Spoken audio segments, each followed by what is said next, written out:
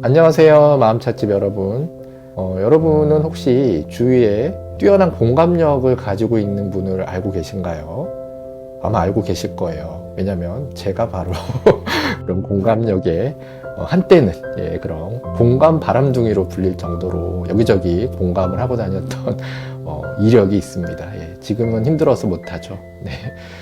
그런데 제가 여러분들도 아시다시피 비영리 법인에서 사회적 약자들을 위한 비영리 법인에서 8년 정도 일을 했었거든요. 거기서 상담도 하고 교육도 하고 제가 가지고 있던 모든 열정과 에너지를 그곳에 쏟아부었던 적이 있습니다. 그곳에서 그렇게 사실 처음에는 억지로라도 그렇게 공감을 하려고 하고 수용하고 이해하고 어떻게 해서든 좋은 이야기를 해드리려고 노력을 했던 것 같아요. 그러다가 그게 저의 일이 되고 일상이 되면서 아주 자연스럽게 그리고 진심 어린 속 깊은 어떤 위안과 위로를 주기 위해서 제가 할 수 있는 모든 일을 했던 것 같습니다. 그런데 이런 거 있잖아요. 여러분들 번아웃은 잘 아시죠? 내가 경쟁에서 이기기 위해서 어떤 사회적인 성취를 이루기 위해서 너무 열심히 일하다 보면 마치 불타는 것처럼 하얗게 불타오르는 것처럼 내가 소멸되고 없어지는 것 같은 느낌, 이런 걸 번아웃이라고 하잖아요. 그런데 다른 방식의 번아웃이 있습니다.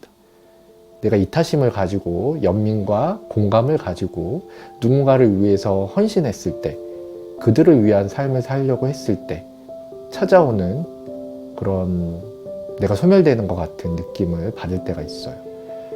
번아웃과 굉장히 느낌이 비슷한데 목적이 너무 다르죠. 나를 위한 노력이 아닙니다. 타인을 위한 그런 이타적인 행동에서 오는 자기 소멸감이죠. 이게 뭘까가 되게 궁금했어요. 왜냐면 정말 우울해지거든요. 그리고 아무것도 하기 싫어집니다. 무기력함, 공허함이 굉장히 크게 찾아와요. 저에게도 그런 게 찾아왔던 시기가 있습니다. 그때가 되면 사람들이랑 말을 나누는 것도 싫고 누가 저에게 상담하러 오면 그것 자체가 너무 힘들어요. 그리고 극도의 피로감이 몰려오고 자꾸만 숨고 싶은 생각이 들죠. 이럴 때 어떻게 해야 될까요? 저도 이런 이야기를 나누는 친구이자 스승이 있습니다. 저 유튜브에 한번 나왔었죠. 우리 자비연민명상의 대가 은산 스님에게 이런 이야기를 찾아가서 같이 나눴던 적이 있어요. 그랬더니 이런 이야기를 해주시더라고요. 선생님이 지금 지나가고 있는 과정을 영혼의 어두운 밤이라고 합니다. 이렇게 이야기하시더라고요. 영혼의 어두운 밤이 뭔가요? 이렇게 물어봤더니 대부분의 사람들은 수행자나 성직자는 우울함도 없고 그런 공허함도 없고 그렇게 강한 정신력으로 정신적인 힘으로 마음의 어떤 어두움, 난관들을 이겨나갈 거라고 생각하지만 그렇지 않습니다. 성직자나 수행자들도 큰 공허함과 무기력함에 빠질 때가 있어요. 그런데 원인이 다른 거죠. 내가 성취하기 위해서 무언가를 이루기 위해서 애쓰다가 그런 무기력함에 빠지는 게 아니라 너무나 공감해 주다가 너무나 큰 연민과 헌신 끝에 그런 무기력함이 온다라는 거죠. 이 개념은 16세기에 스페인 신학자인 성 요한이 자기 자신의 책 영혼의 어두운 밤에 썼던 개념입니다. 너무 열심히 기도하거나 너무 열심히 헌신적인 삶을 살다 보면 어느 순간 내가 왜 이렇게 살아야 되지? 나의 삶의 재미가 하나도 느껴지지 않는 시기가 온다라는 거죠. 그러면서 내가 천주교나 기독교였다라면 그런 성경 구절을 읽어도 공허하게 맴돌기 시작하고 하나님의 음성도 더 이상 들리지 않는 시기가 온다라고 해요.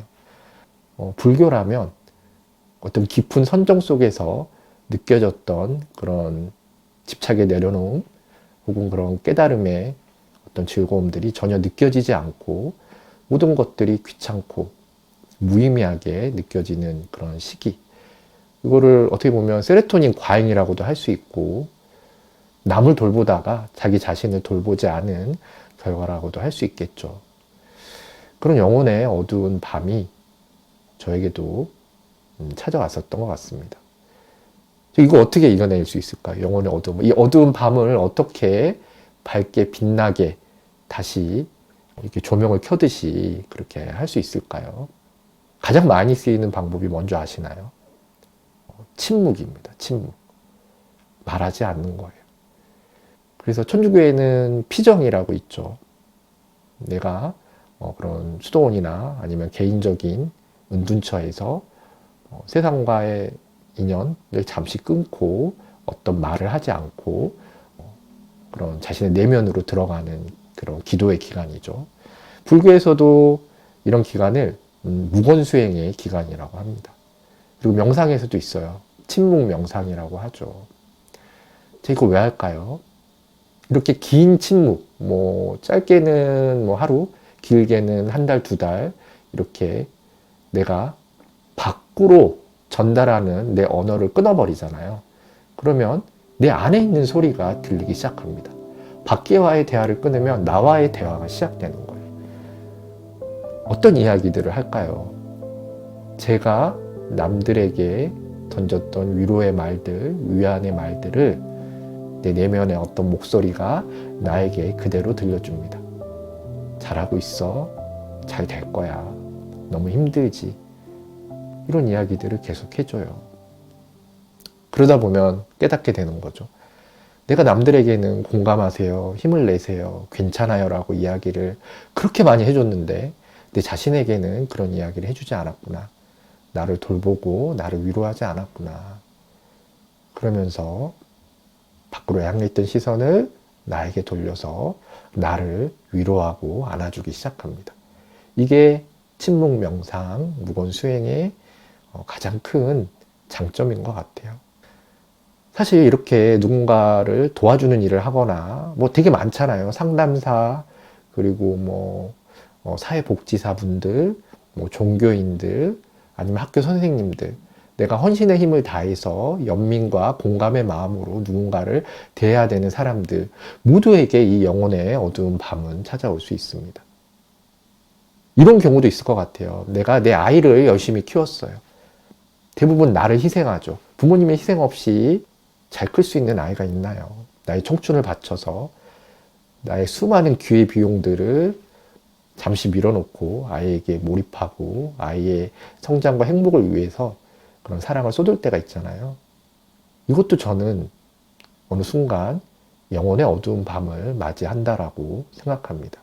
어느 순간 그럴 때가 있어요. 그렇게 사랑스럽던 아이가 사랑스럽지 않고 번거롭고, 아니 내가 이렇게 해도 이 아이는 나한테 그런 보상을 바라는 건 아니지만 내가 했던 만큼의 10분의 1이라도 나한테 할까?